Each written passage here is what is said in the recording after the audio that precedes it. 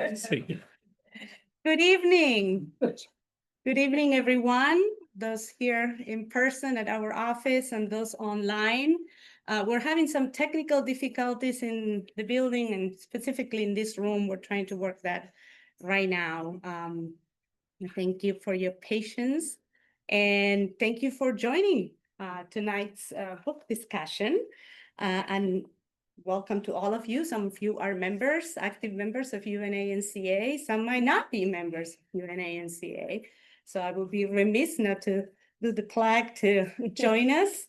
I'm the president of the UN Association of the National Capital Area. My name is Paula Boland, and we're one of the largest and most active chapters of the UN Association of the USA, serving DC, Maryland, and Northern Virginia.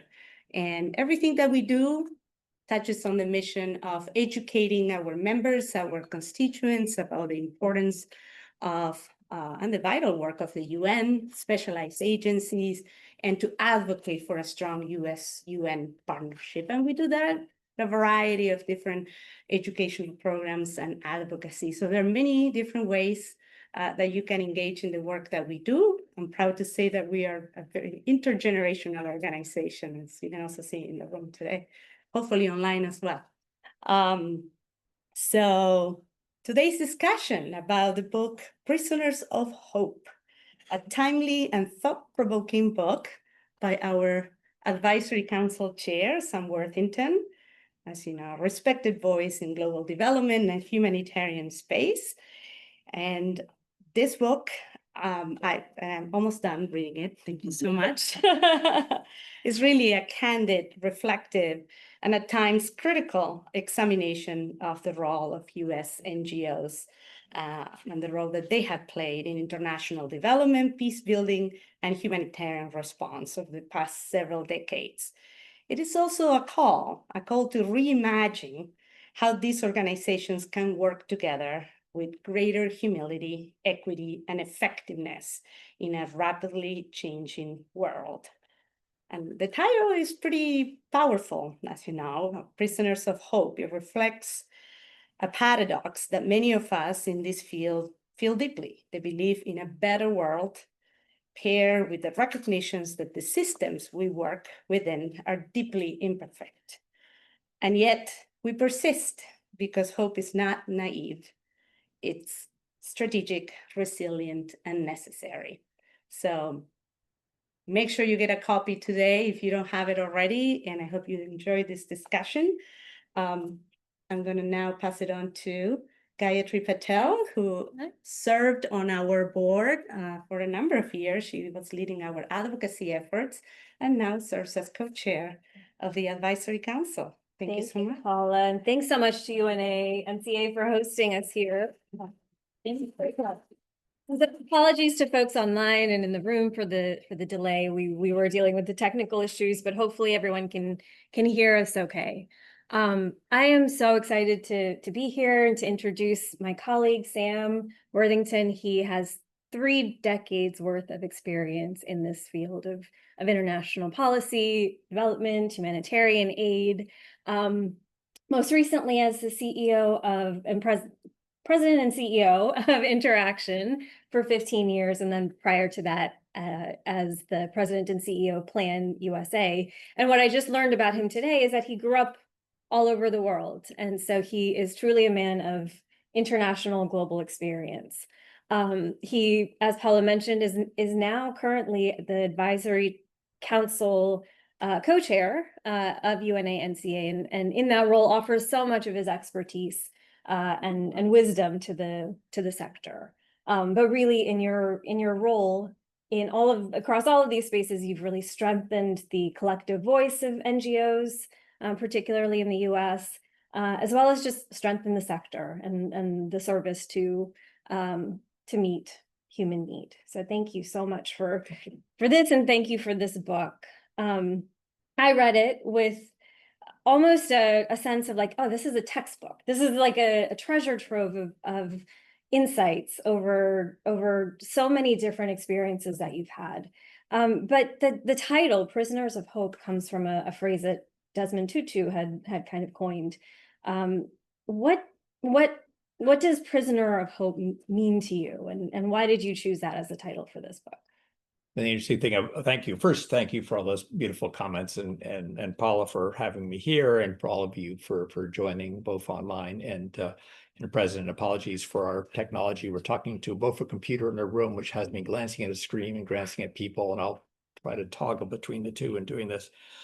But the idea of sort of writing this book, I had the fortune of having a fellowship with the Rockefeller Foundation, their Bellagio Center in Italy. And it was there for a month. And my task, which I'd sort of given myself, was to look at where should the U.S. NGO sector go 10, 20 years out, because I knew a lot of it day to day, but I didn't have any distance as to what that meant. And I then sort of sat back and realized, okay, let me map out where it should go. Let me just make some recommendations. And we launched a program at Interaction called NGO Futures. I see Deborah Willick here, who ran that for years at Interaction. And so part of that was sort of like, where is it headed? But as I started drafting this, I realized I have so much to say about what this sector is. And every time someone in their mid-30s or late 20s comes into the NGO community, they know a slice of it. Or a senior level person in the US government knows NGOs what they think they did, but it was sort of the NGOs of their grandparents. And even the term NGO doesn't really make sense in this mix. So I had this sort of trails of details coming out of my career. And one of the habits I developed at one point was taking notes from field visits. And I actually spent time in some 38 different countries, having grown up overseas, but then took notes from all these trips to different complex war zones and so forth. And it resulted in far too many remarkable stories. So the question was like, what's the thread? What's the story that I have to tell here? And the first thing I'm telling a story of too much information is you need a really good editor. And I just want to thank Shireen Wikrama, who I met at Harvard in a program there a while ago, about 25 years ago. The good thing of having someone from the global south, from Sri Lanka, being an editor from a white male from the north was sort of useful as we were sort of telling the story of something like this and narrowing it down. And it came down to sort of questions that I've been asked by people who are not necessarily in the nonprofit sector working in humanitarian development work. Why, after all these years of going to really messed up places that are very difficult around the world, are you still optimistic about humanity's prospects? Is it just naive? Are you not sort of, did you learn anything? Don't you see what's going on out there?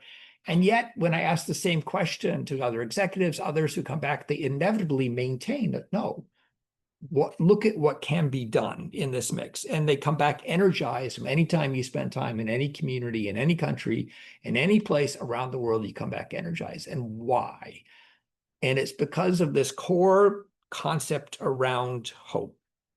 It's this idea that someone has in her family or whatever it is, tends to be a woman oftentimes making the change happen, that I see a potentially slightly different future for my children or my family, and I'm going to act on it. And I act on it by myself. But then some people start getting together and they act on it together. And then this concept, which is probably one of the greatest revolutions of the 20th century, happens, which is the global civil society. They activate on it in groups of human beings saying, no, we are going to make a difference in our lives in some concrete micro way. It's not news, it's missed, it doesn't, but then the baseline of human well-being, infant mortality rates, longevity rates, literacy rates, all these things get better because individuals have chosen to shift the future towards their hope. So it's a moral imperative. You decide that you want a different future. It becomes a moral thing. And then you move toward this form of collective action. What can I do that I can't do alone? Inevitably, pragmatism starts kicking in. Well, I can't change everything, but I could change this tiny little thing here. What is changeable? And then the hard part of the last part of hope to me comes in is resilience. And this is where Desmond Tutu came in with his point is, I'm not an optimist, I'm a prisoner of hope. And what he was saying is that no matter what was thrown at him, no matter how much squeezing of civic space or his own personal life, imprisonment, and so forth, no matter all that we as human beings need to maintain the sort of moral imperative hope and the resiliency to move forward, because that does result in positive human change. And so with that thread, that's the thread that held this book together. And it's about local agency. So that's the first question. Should have ended on this question because It's good it open. certainly leaves me with hope. In the book, you talk a lot about the kind of evolving role of NGOs over time. And I'm curious, you talk specifically about this shift towards NGOs taking on a broader mandate to also go beyond service delivery, but also go into policy advocacy and collective action. And then also the shift towards the localizing development and humanitarian aid. What in your experience is driving this evolution, and what's stayed constant or what unchanged throughout this process? That's a good question. And these are all, anyone who's in the sector, these are buzzwords we use, that we're doing these things that will be there forever. And I think my first localizing effort was in 1994 in Sri Lanka. So just to give a sense that this has been going on for a while out there. But it's sort of important to step back and look at the context of the sector itself, of NGOs themselves, because we have these images of who they are.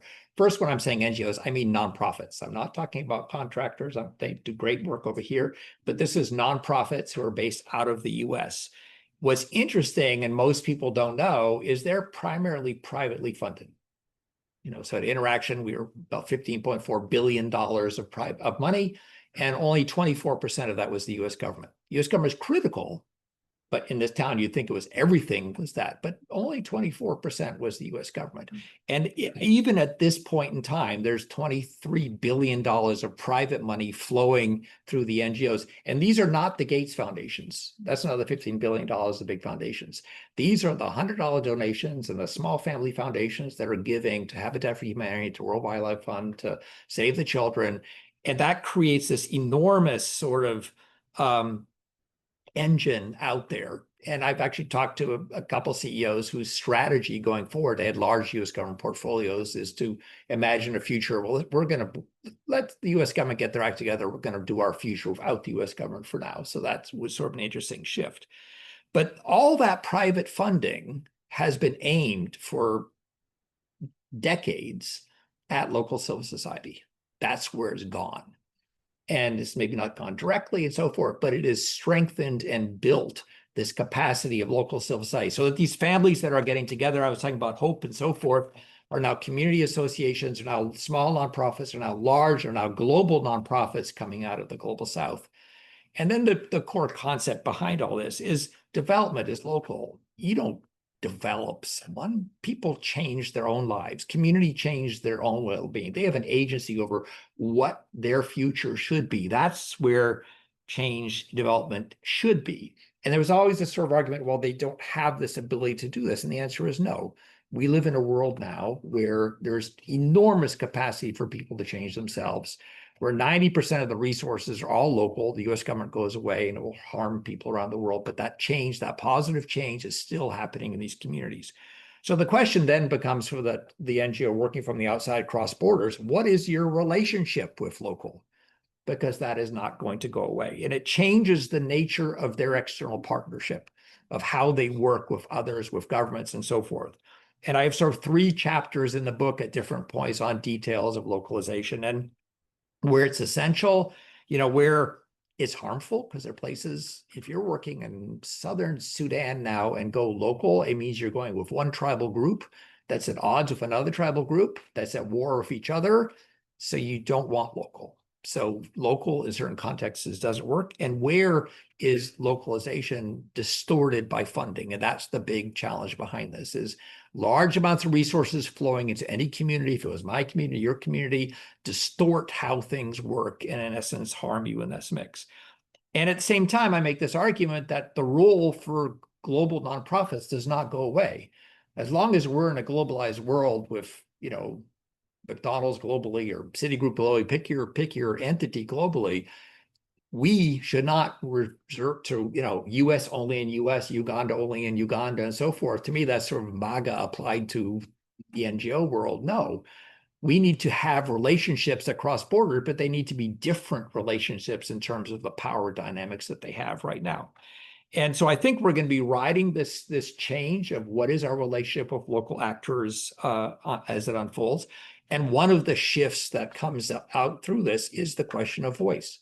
Who could speak back to power? Whom has that authority? Whom has the legitimacy to be able to stand up and say no, or we can't do this? And oftentimes a local group by themselves is going to be squished if they don't have a network associated with them. So I think there's a global role for advocacy. There's a role for the U.S. NGOs towards our own government and its own challenges as it relates to that. And that this idea that we could build and maintain coalitions, I go into ways different coalitions can be built and so forth, probably too much detail, but good for a graduate student.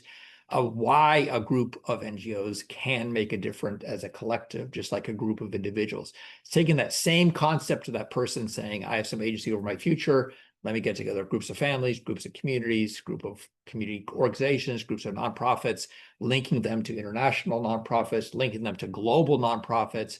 And I said, I'm a senior fellow in a group called Forest, which is an umbrella organization that is made up of almost 80 different umbrella organizations from countries around the world of 24,000 nonprofits around the world, all sharing information on how do you push back against governments, how do you function, and so forth. So I think that this is going to shape our sector for a long time to come. Yeah. So you were speaking about collective action, and one of the more powerful stories in the book is the story about Islamic relief, and you know, you describe it as an Article 5 moment where there was kind of a collective solidarity around defending Islamic relief when it was being attacked, and this notion of collective action and solidarity was very much a driving force in preventing some of the targeted attacks. What did that episode teach you about collective action and pluralism? And if I could take it a little bit further, I mean, are we in a moment where that ethos around collective action and solidarity is still alive? Yeah, and the book sort of ends in March and so forth as they've shut down AID and so forth like that. But I'll go into the future a little bit here. And then I think this is one of the critical lessons coming out of this. But the first thing was collective action starts someplace, and it starts with trust. And we'd had this thing as CEOs in interaction. We get together once a year for 3 days or so. And I'd start off with a fishbowl, people in circles, people sharing information with each other. And it was an election, the first election for the Trump administration, and people were worrying about things. And then someone started talking about, you know, they're attacking my mosque, and we just had someone killed in a mosque in Virginia.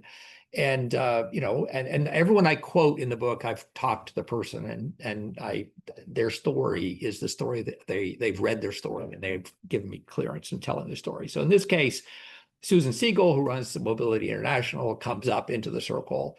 And she's talking opposite Anwar Khan from Islamic Relief, who's talking about this. And she opens with, you know, I've lost all my grandparents in the Holocaust, and I can't let this happen again. And it sort of had this conversation, but the conversation didn't go anywhere until right after the meeting and other meetings like that. I pulled aside some of the executives of the largest NGOs in the country and said, well, what if we had something, if someone was attacked, would you be willing to stand with them? You know, and okay, well, you know who's attacked. Do you trust them? Are they, you know, there's a risk of the Department of Justice getting involved, whatever, someone's going to attack, but are you going to put your brand and name behind them? And the answer was, okay, if we could do it as a collective through interaction, let's agree in a handshake that will do. So a year later, Ron DeSantis, who was at the time a congressman, the Republicans at the time had control of the House. And we learned, or they learned, I think it was on a Friday, that they were going to ban Islamic Relief from any resources from the U.S. government. Not a big deal for them. They got some from State Department, some idea, not large amounts, mainly private. But for them, it was the brand. The idea of being banned from the U.S. government said a message that they were something wrong about them. And they're probably one of the most audited organizations out there. And so I got a call during Labor Day weekend and going, Sam, we can't, you know, they're going to vote on Tuesday or Wednesday. and we can't stop this. So what do we do? And so I just got on the phone and talked to the head of Catholic Police Services and World Vision and Save and Care and American Jewish World Service and others. And we ended up a coalition of all faiths, ranging from progressive organizations to, church-based organizations out of Oklahoma, going, let's adopt this frame. And Islamic Relief sort of led the sort of effort, and with interaction behind it was, we're going to interpret this as an attack on the U.S. NGO sector, not an attack on one NGO, but an attack on the sector. But if you don't understand this one NGO, you could, I have my bishop in town and they could come meet with you. It happens to be your bishop, in Florida. Do you want to meet these people? Do you want to get to know them? Maybe a rabbi, will that be helpful? And so this went up to the leadership of the House, and they'd already voted to add this as part of a bill, and they backed off. They undid it. And so the news there was, one can do this. Again, smaller scale, this one going on now, but let's move this right to now. You're attacked, you're Columbia University, you go, whatever you want, I'll change, and so forth. Maybe the attack will go away. It does not, because there's an ideology that has an ideology of winning is going to play to win. And so Columbia is still going to keep walked over that. Harvard was large enough, and this is the challenge. You need something large enough, able enough to sort of stand up to take the hit, and said no. And now there's a coalition of 400 plus universities that are saying an attack on any university is an attack on all of us, and we're going to do it that way. But it takes someone at some point to stand up and not duck, because the instinct to duck is very good, but then you get picked off one by one by one. And so I think our challenge here is how to not, you're not trying to antagonize those of power, particularly when they will go after you. And I'll get into this in some other questions as to how you could defend yourself. But when you have an administration that is moving an authoritarian playbook forward, their goal is to squeeze civil society, to look for reasons to squeeze civil society. And you don't know who's going to be picked off when in that mix. So the goal here is to link shoulders, particularly with, in this case, it was, I remember standing on the stage with, head of American Jewish World Service and Islamic Relief, the Catholics, and then Oxfam, and all sort of linking arms in front of 600 people, sort of cheering. And then, sort of the basic question of, well, why did you do this? Well, I'm doing this because I was living my Jewish values, or I'm doing this because I was living my Christian values. And so creating enough space for that type of solidarity is our challenge. And I'm not in any way, I think it's much tougher to do now than we did then.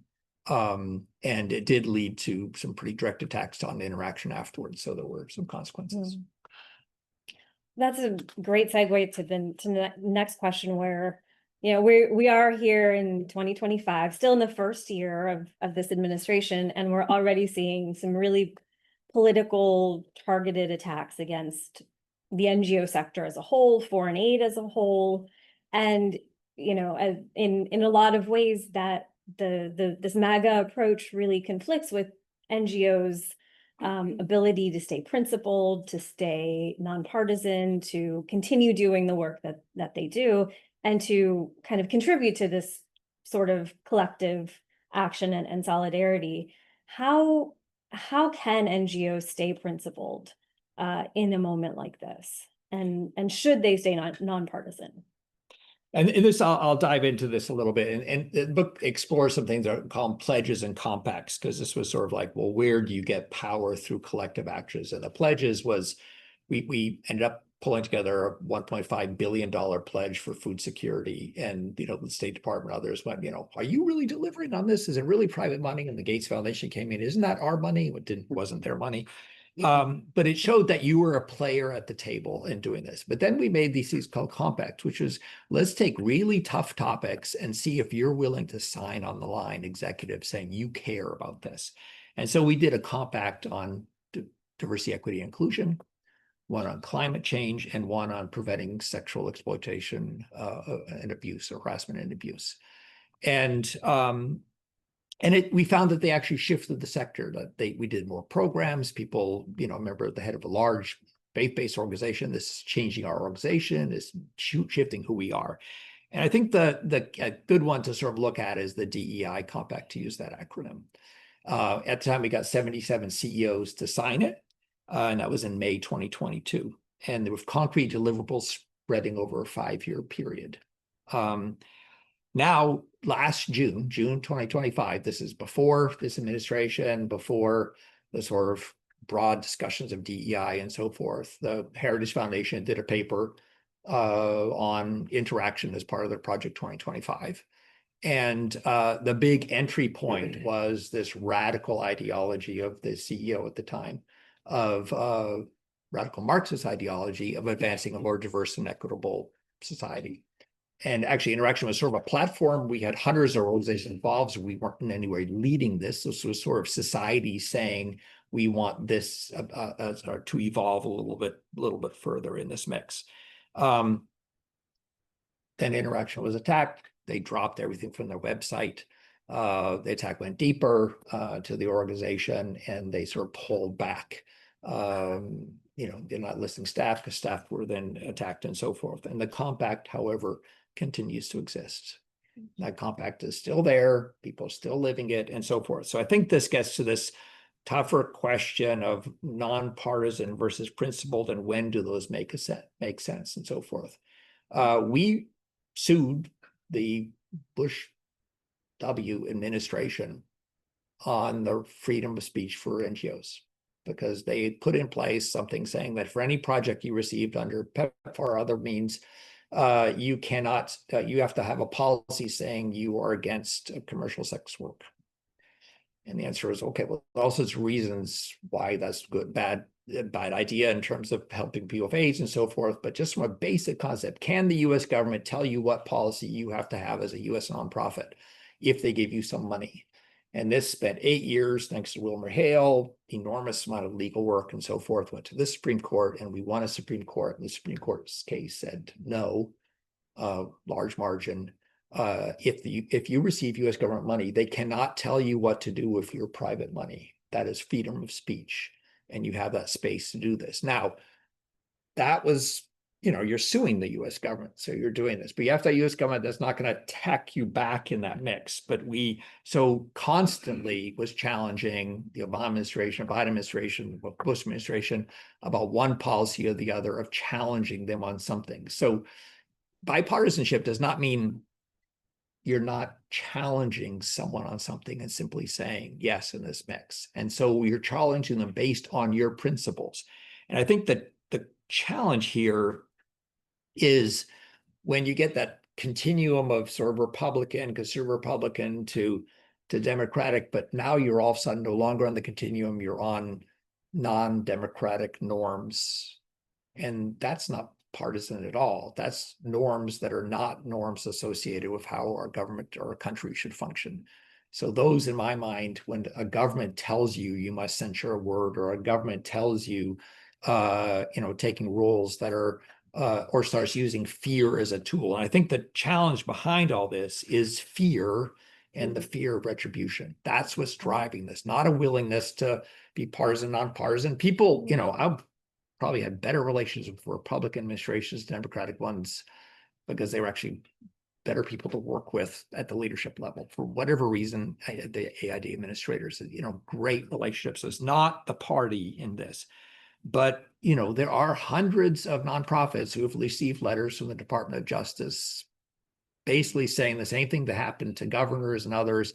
You are guilty of all these crimes, and we are going to shut you down, and we're going to prosecute to the full extent of the law, and we're going to go after you. And every nonprofit out there is afraid of getting one of those letters. Now, having been on various boards of nonprofits that have gotten these letters, there's, first, fear has no place in functioning democracy. That's not how we should function.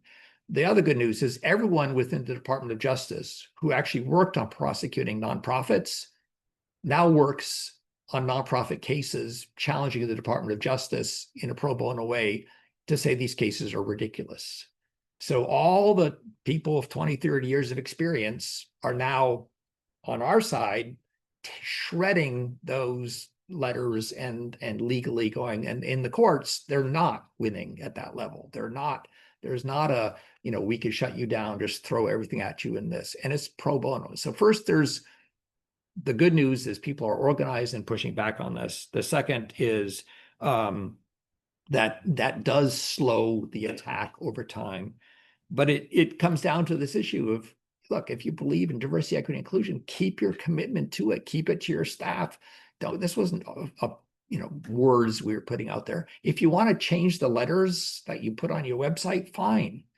But keep who you are and what you are in that. And if you end up being attacked by the Department of Justice, there's a team of lawyers that are going to defend you. I mean, speaking of that kind of principled approach and staying true to kind of the values that your organization's about, you talked a lot about how gender and women's rights and inclusion of marginalized groups is so central to the efficacy of development and humanitarian aid programs. Yet we're seeing a lot of hostility from the Trump administration against quote unquote gender ideology. And that's really driven a lot of the decision making around shutting down programs and censoring partners, et cetera. What has been the impact of that? And how do you see the sector moving forward if there's this kind of message coming from the Trump administration, from the government, that you will have a target on your back if you talk about gender or DEI or marginalized groups? And I think that the key here is, in certain areas, you don't look for a compromise. We're not trying to find a compromise here. There's not going to be an effective gender program or program focused on marginalized populations for the next 3+ years. It's just not going to happen. Don't wish for it. That said, we know that development does not happen, is not effective without a focus on women. That doesn't go away. So development has to keep on going, focusing on women. And particularly if you want it to be inclusive, focusing on marginalized groups out there. So you have to, in essence, do development in a way that is different than what the administration is saying. And they're not going to fund it. And you're going to have to use your private resources to do that. And you're going to have to find other allies. So I think part of it is just those resources aren't going to be here till January 2029 at best. And so that's part there. The word gender is sort of banned. Keep on please using it in this mix. I mean, let's not to do this. And at some point, when you can't reach common ground on ideology, and we sort of some of the tenets that we're seeing out of the, President, Vice President Stephen Miller that are coming out of 1930s Germany, they don't want to compromise. And if you have policies based on misogyny, we don't want anything to do with those. I think this is, again, this difference there. And what do you do? Yes, there's plenty of compromises with Congress that could happen behind closed doors and so forth. But I've, just spent time, I was in Africa twice, in Asia, doing various talks. The world is meeting and doing things without the U.S. They're moving forward. The U.S. is not in the room. So how do we minimize the damage that can be done during this period? And how do you partner with those other governments, local governments, individuals, and keep that focus on women and gender and broader inclusion in programs? It's a lesson that took us 30 years to learn. We cannot unlearn it. So I think it's just a matter of we're going to be doing parallel work for a while. And it does mean for a long time that all the positive work that the U.S. government was doing on this is on hold.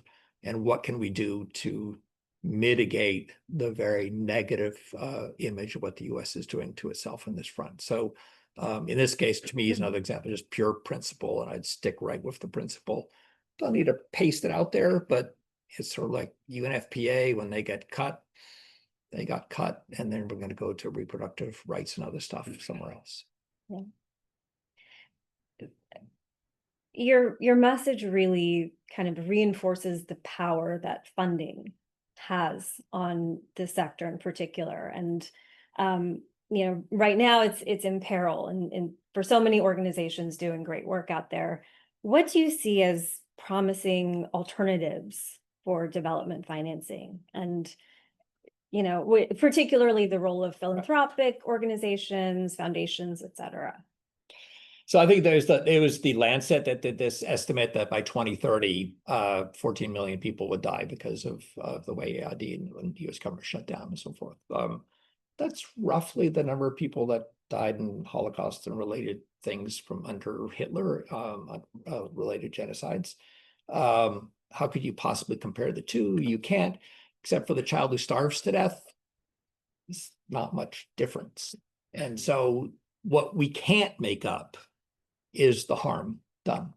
We can't, at the margins, stop that harm.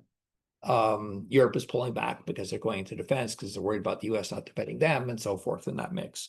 And to me, it comes down to, all right, you've got this $23 billion of private money. We've always tended to think as NGOs, foundations a little less so, you deliver a program, you do your program and you do your programming lane. We don't get into the big strategic areas of let's pull together $100 million to do X. Well, the NGOs have $100 million to pull together if they strategically wanted to do so. And they could do it with major foundations. And you could take on a specific area. We're going to do a program in gender. We're going to keep that alive. How do we keep certain efforts alive and do this? The challenge is everyone has their missions, their mandates, their purpose, and so forth.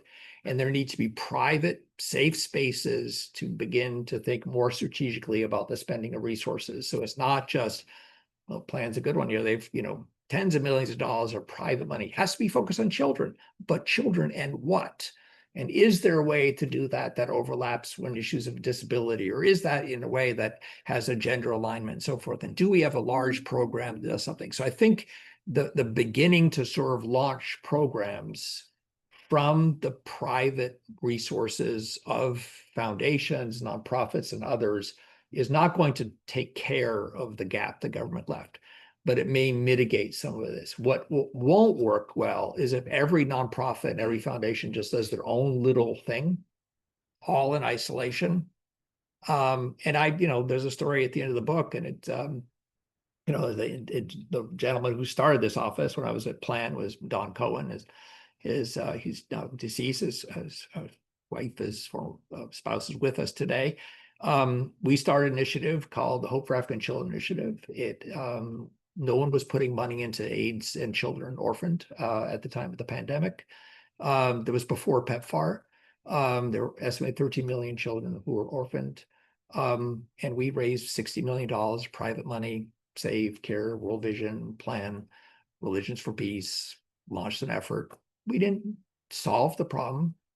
At the peak year, it was 956,000 children were affected by that program. And the solution was the grandmother. We went to the grandmothers with small grants. And so you can do things. You can do things at some degree of scale outside the U.S. government. And this goes back to the hope. Don't look at everything that's been slashed. There is the potential to launch programs that will impact people's lives today, now, with the resources we have. So there's still room and place for collective action. Yeah. Oh. Including with the UN, with the UN. Yeah. Last question, because we do want to save time for the audience.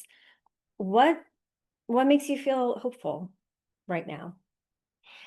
I guess you hit your mid-60s and you're still like, why am I clueless as to what's going on here? And if you look at my posts online, you'll find I'm pretty blunt on pushing back, having grown up in Europe and dealing with fascism and so forth. So there's a lot of reason to view this as a tough time. And then you have family members and other members losing their jobs, and people I care for and love who've been sort of run over by this sort of dismantling of development. It's, one could follow that whole path. And yet, if you sort of step back, and I've had this just, outside U.S. and 3 to Asia, Africa twice in this past, 3-month period, it's amazing the resilience and the willingness of local civil society to continue to organize itself and to do positive things. They haven't stopped. That change at that local level hasn't stopped. It's not U.S. getting credit for it. And to me, I'm optimistic because the concept of civil society being global is established, and the idea of human solidarity in times that are tough is also well established. So the message when I'm talking in Taiwan with someone from Pakistan is, okay, we deal with the generals, we know what they're like, you know, we know what you're going through. And I'm like, I hope we're not going through what you're going through. But this idea that there is a solidarity across borders, there is a willingness of people to give who care, and ultimately at some level, at a micro level, and there's some stories in the book of individuals, of a child, of a grandmother, or someone who's in essence taken some power to change their future. If you look for them, wherever you go, you will find someone doing that. And that's what keeps me a prisoner of hope. Thank you so much, Sam. I want to open it up for questions from those in the room, from those on the Zoom. And I see that there are actually some questions on the Zoom already. So maybe I'll start with one here and then go to the room. What is your outlook for U.S. NGOs working domestically to implement international human rights policies? I mean, this is the humility moment for the U.S. of we're all of a sudden we're the special nation that's not that special, who's now doing some of the worst practices of other nations. And we have a lot to learn from others. We have a lot to learn from Ukraine's on dealing with disinformation. They've done a great job of, okay, the Soviets are trying to, sort of, you can say Soviets, the Russians are trying to, change our elections, whatever this mix. So there are lessons that are happening there. There, was a program out of Brookings focusing on the SDGs. Now it's not at the macro level, but it's at the mayors of cities. It's looking at what mayors can do in this mix, because Americans want to improve their well-being. And I think there's also, a deep resonance for the UN and its role out there. One of the things that is happening as a result of the sort of current direction of government, there is probably more discussion of rights and, a sense of purpose of human rights as they apply to, wait, they're taking my rights away from me, people debating that.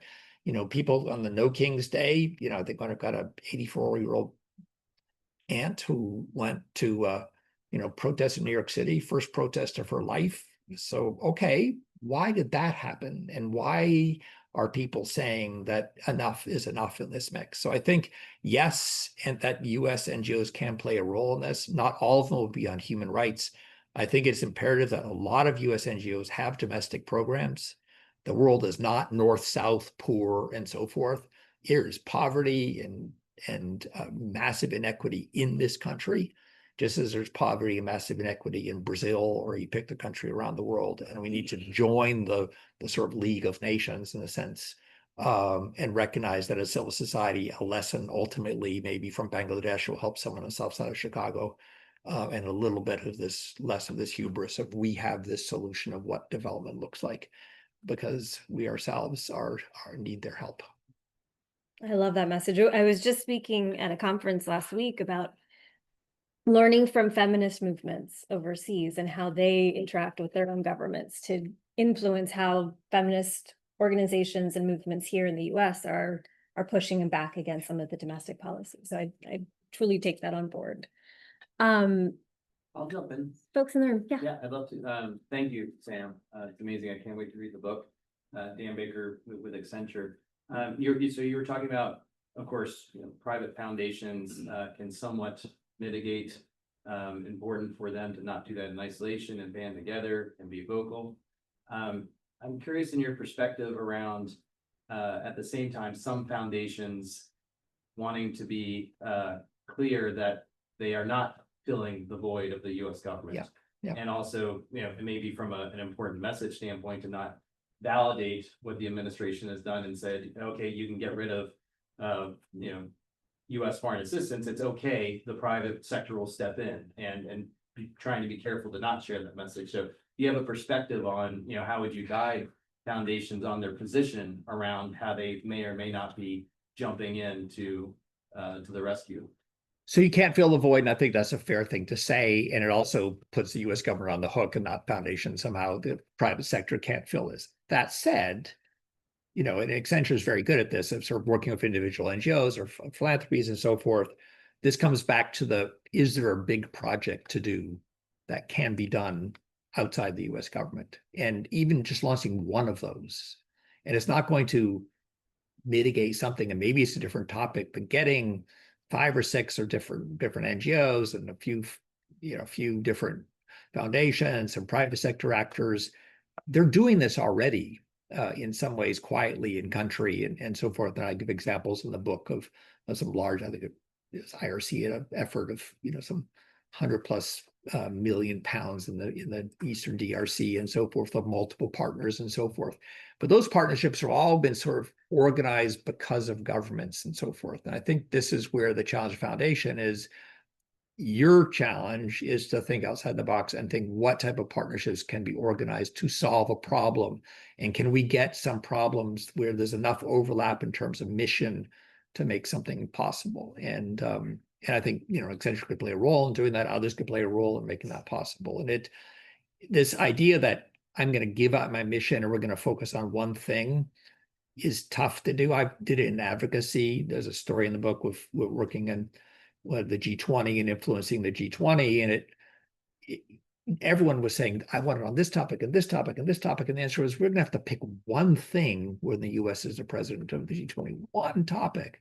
And then this article came out saying, 50 million children were stunted, and like, why don't we do it on nutrition? And we got dozens of organizations to agree, we're going to push on nutrition. We're going to try to get US government on this. Eventually got the White House involved, shared the language I have in the book with the person in the White House, Mike Perlman and others. It got onto the NGO. He was a Sherpa. They passed it. They were going to take care of these 50 million children. Okay, but then there was no money. Well, then the next G20 was in the UK, and we did a pledge of $750 million for nutrition from the US NGO sector, and it prompted $4.2 billion of money from governments to fill in on it. Now we're not going to leverage governments that same way, but I think the courage to say there's more need, but we still have to do things that are big enough that get people's attention, that hope is still there. I think that's where there is space for particularly leading foundations to do it beyond simply implementing their own programs. Is there a question back there? I'm not sure if it's a question, but a comment on the domestic side here in the States. I chair the coalition of nonprofits that focus on disaster preparedness prevention here in DC. Yeah. As you know, I think very well, we have a coalition at the national level, Yeah. et cetera. FEMA, where I used to work for 30 years. Oh, sorry. Thank you for your service. Thank you. I think they've decided already to stop the funding of the case management. Right. Because we serve the undocumented workers. So the domestic coalition of disaster relief groups are really under a lot of pressure. Right.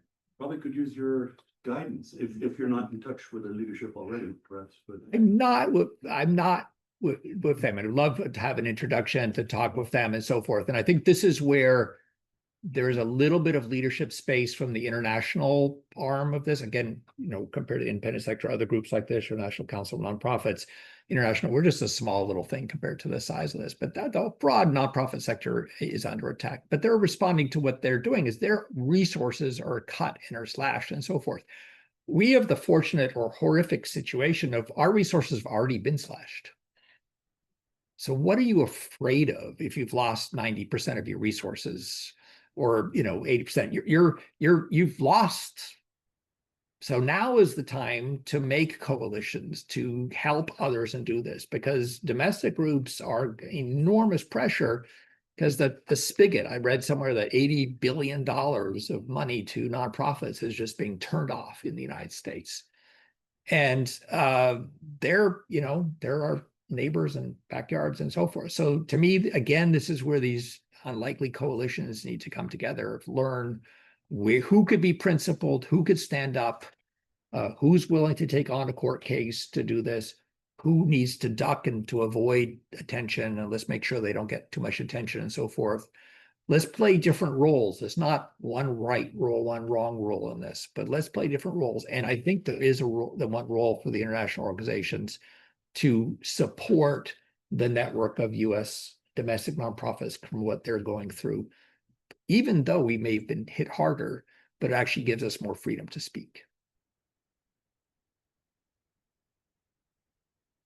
Yeah.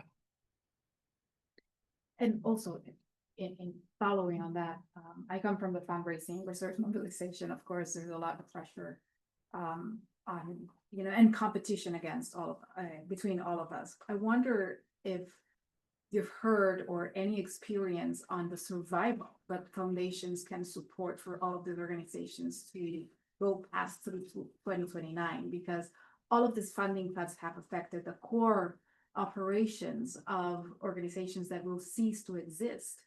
How these coalitions can help those that are really dying or ceasing to exist to remain past 2029. Yeah. Any thoughts on that? Repeat the question. Yeah, repeat the question. It's like, how there's competition for fundraising, but some organizations are going to go under and will lose very valuable organizations. How do we, in essence, help philanthropy and others protect some degree of the diversity of civil society that's out there in that mix? I think the bad news and the good news. The bad news, that the hard part is that we're probably going to see the biggest contraction of U.S. nonprofits that we've seen in a long, long time. And it will primarily be the more marginalized group, the weaker groups and so forth, which is unfortunately playing into a sort of cycle here. This is where the difference between fundraising, I'm going after my money, or I'm putting an idea out there. And I've been trying to, can you get an idea out there? And the idea would be, okay, McKinsey Scott and people talking to McKinsey Scott, like, could we, and this is not, again, may not help anyone in the room, but could we maintain the infrastructure for organizations that do refugee work for the next 4 years and morph them into protecting individuals who have undocumented or others who need support within the U.S. who give them a mandate, something to do, but put $100 million into that with your long-term goal being protect the grassroots efforts associated with refugee organizations. I haven't worked with a refugee organization in the past, but that would be an idea to me of something to do that. And so you'd have to pick these sort of strategic areas of work, and unfortunately, the broad squeeze of, and it may get worse if our economic situation downturns, the broad squeeze on U.S. nonprofits is going to go down, and it's also been hard on for-profits that have had sort of contracts with the U.S. government eliminated and so forth. So it's a period where, ironically, those of us who have tried to get as many degrees as possible, as much information as possible, at the most senior jobs as possible, based on knowledge and all that wisdom we've acquired, are in essence being told that we don't want your knowledge and wisdom. We don't want scientists. We don't want the experts anymore. Our society is going to feel it.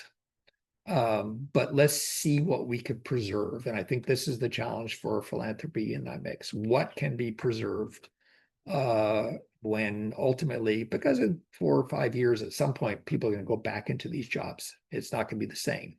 But I do believe, again, being this prisoner of hope, that we're going to, we'll come out of this, that most authoritarian regimes don't last too long. I want to jump to the Zoom audience. Are there any other questions from our colleagues on Zoom? If oh, I see one that might have just popped up.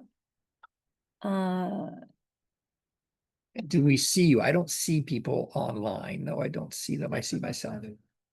It's a webinar format. Yeah. Okay. I'm not seeing any new questions online. Are there other questions in the room? Yeah, Jeff. So we're here at the United Nations Association, and I think it's a good moment for us to look at some of the lessons from Prisoners of Hope, which, by the way, is a terrific book.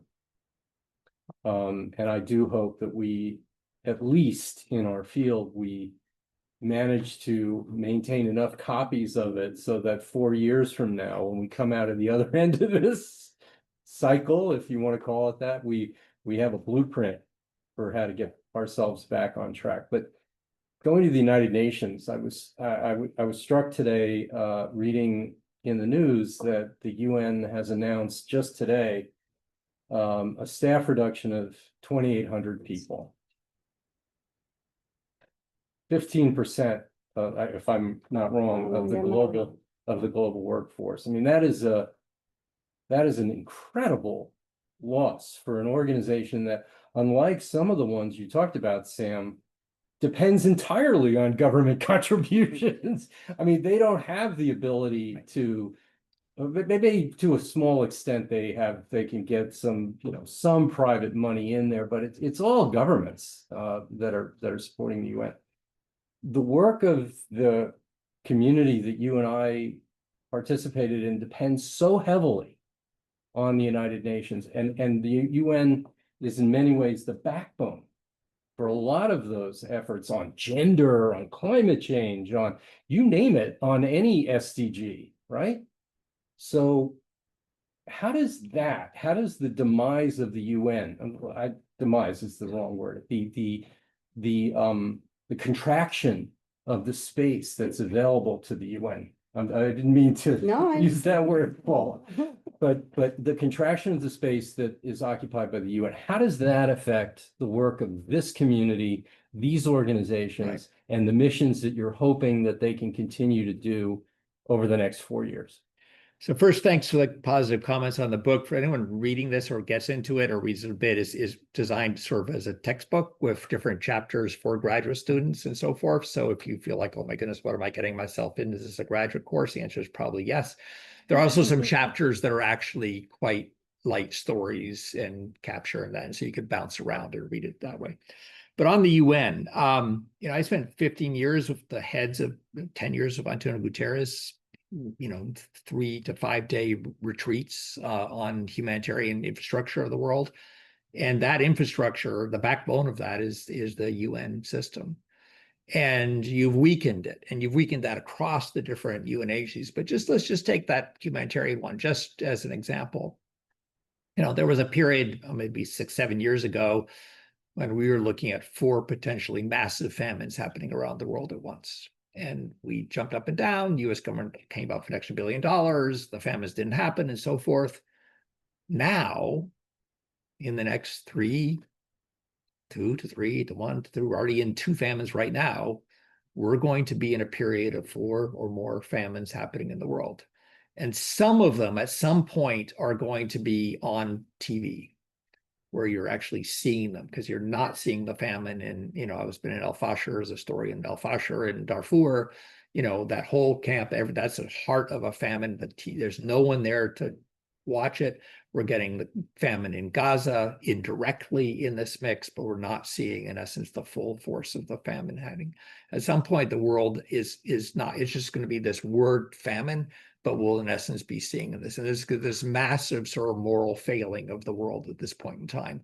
And the only entity in terms of backbone for all its flaws and limitations and so forth is the UN infrastructure to do that. And the NGOs then play a role with that, and other governments play a role with it. And the irony here is, 6-7 years ago, if you asked me, my answer was, we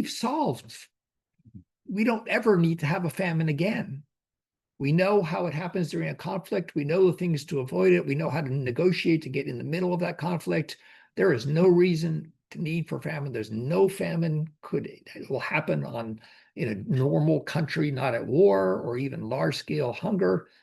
And yet we've decided to abdicate our responsibility as humanity, just like in the United States, we've abdicated our responsibility to the poor in this country. And that's what the government is doing. And then the challenge with this, and this is the part that I have difficulty with, there's a level of cruelty on top of this that is not done simply perform while we're just doing this. But no, they are the problem in this mix. So I'm hoping that at some point, the world is going to look up and say, this is simply wrong. How far do we have to go before we get to that point? I don't know. I'm hoping it's not some bad, massive war type thing. But, the UN was created out of massive adversity, and we're going to recreate and rebuild it out of something. The good news is it's much stronger than League of Nations ever was. It's much more entrenched. And you go outside the US, they're still using the UN. US, you want to leave it, do your own thing. Brazil and South Africa and other countries, they're all talking about this. The problem is no one is taking that responsibility that the US uniquely did, which was the responsibility of being the world's largest donors to the world's most marginalized people in humanitarian settings, in famines and so forth. That's the role the US government played. And it played it through the UN massively, and it played it through the NGOs massively. And so that's what we're going to miss. So I know what you've heard me talk a lot on this, and let me sort of end on a positive note. If I figure time is probably not that, but there's one story in there. Sort of, it's anyone who's been to different places, at some point you run into someone who's sort of like, oh my goodness, how did that happen? And is this real?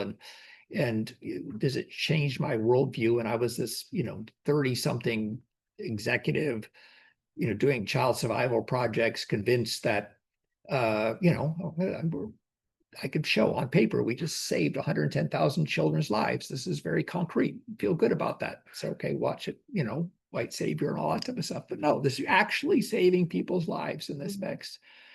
And I was in southern India. I was traveling with a doctor from Nigeria who was also planned at the time. And it had been a long day looking at child survival project. At the time, they were measuring people on charts of pencils and so forth. And there was this young girl who has followed me around and looking at us from afar, and found it was roughly probably the age of our daughter at the time, but weighing about half, very skinny, very undernourished, not severely malnourished, but undernourished. And near the end of the day, and I was sitting there by a pump, and there were rules about approaching children and so forth. And all of a sudden she approached me and wanted me to follow her. And so I followed her to right across the little dusty place, the only non-mud building, which the concrete building had been built, with some steps going on the outside. She trod up afterwards, got onto the roof. On the roof, sort of roughly the size of this table, out in front of me was just tons of peanuts drying in the sun. And she reached down and offered them to me. And it was very simple things like, wait a second, why is the malnourished child feeding the person from the West coming here? And it flipped the whole narrative on its head of whose village am I in? Whose agency is happening here? Who's the one who has compassion in this mix? And this concept that compassion can come, and even if it's just doing the right thing, but there was no adult prompting and so forth, compassion can come from a child who is really hungry. She took a handful of peanuts for herself and left as well. But to me, I took some home. But to me, it was a very, very simple message that do not underestimate those you're partnering with. Because even if it's a child who is hungry, she may actually spend some time to feed you. So with that, hope you enjoy the book, and thank you very much for showing an interest in it. And thank you, Gayatri, for leading this conversation and allowing this policy wonk person with loads of NGO experience a chance to actually continue talking on the subject, which I greatly enjoy. Thanks a lot. Sam, thank you for your conversation today, for writing this book. I actually do plan to assign it to my graduate class when the time comes. But it's just been such a pleasure learning from you and from your book. And I hope that you will stay in the sector as an advisor and someone who deeply, truly cares about these issues. So thank you. Thanks a lot. Thank you. And thank you all. I believe you're going to stay around for a while. There's sign some books. thanks to all of you online for Thank you. joining, and we could get a link to them at some point. So, Yes, thanks. yes. We have recorded